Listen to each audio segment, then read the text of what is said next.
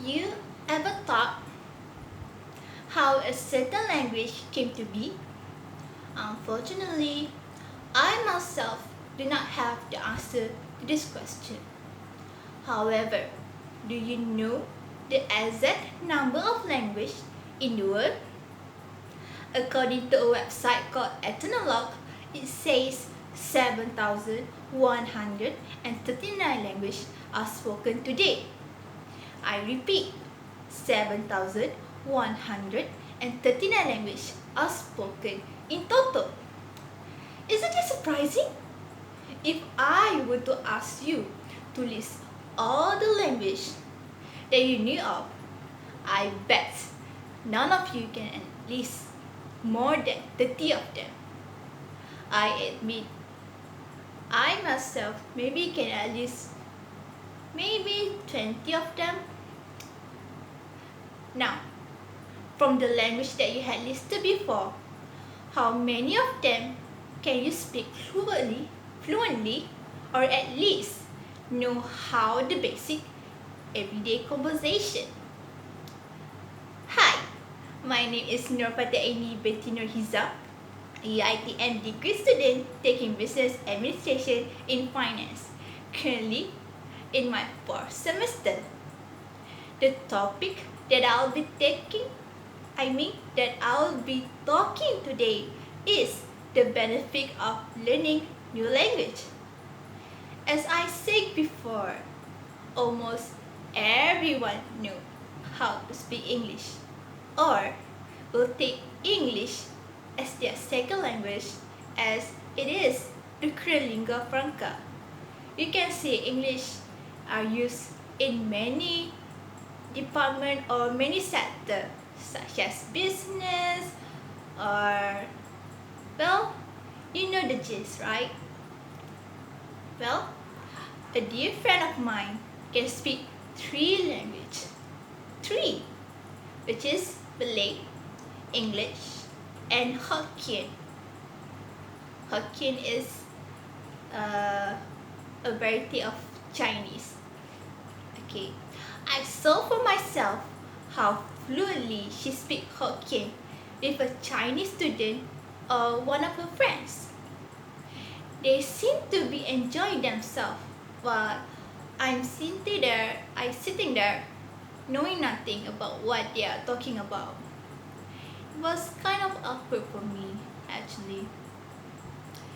You do know that every language has their own puns and jokes. So, even if they were to notice me sitting there trying to understand what they're talking, and then they decide to explain the joke for me, I think that the reaction that I'll give is quite subpar because even if they explain it to me, I don't really get it because I don't speak Hokkien. Hmm, sure. Uh, I think that, I mean, besides, I think people are more comfortable if they can speak with their mother tongue, you know? Uh, it's like a skinship in a kind. Like, let's take this for example. If one day you're just casually walking on the street on a weekend, minding your own business, and suddenly a foreigner came and asked you a direction in English. Sure, I bet you can answer them because, well, English is our second language, but you may be flustered or stuttered a bit. But then, suddenly, they speak fluent Malay when they see you're struggling. And then, suddenly, all your worries trying to find the right word in English just now wash away. Because, as I said before, of course, we can speak in English, but sometimes when we are stuttered or we panic a bit, a certain word that you don't know how to translate from Malay to English make you, flustered. I myself experienced that. But then when they speak in your mother tongue, which is Malay, then you don't have to think about the word that you're trying to say, and then just give the direction in Malay. That's why I think learning various language is not only for your own good, but it's also for those you are talking to. What is language, you ask? Well, language is a form of communication created by us humans, which is comprised of words that can be delivered through speech, like I'm doing right now, writing, using the alphabet or anything else, and gesture, like this. Certain country or region has their own language to differentiate them with others. Remember that I mentioned before that there is a total of 7,139 languages in the world?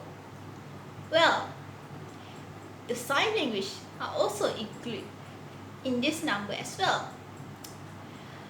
It is said that the total number of sign language is between 138 to 300. The most common is the American Sign Language and British Sign Language. Why do you think sign language is a lot, if you ask? Then, because sign language is not used, how do I say this? Every language have, or every region or country have their own sign language. But the most common that you can hear or known sign language is the American and the British. There is also French sign language. For the blind people, they use Braille, a system made for them in mind, to read and write. But is it a language? I'm going to tell you that Braille is not considered as a language. I myself was surprised when I found out.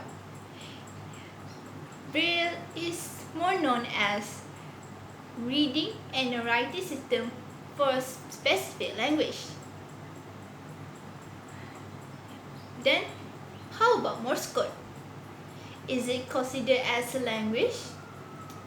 Well, the answer is no. It is not a language. Rather, it is considered as a writing system since it is encoding an already existing language and combine it with another writing system. Well, it does say Morse code. Of course, it's not a language. Well, I honestly thought that just knowing Malay and English would be enough for me. I really thought that. But then, when I see others who can speak more than 2 languages, it makes me envious of them, how they use it to their benefit. So, I think learning a new language will be beneficial to you, whether for business related or everyday life.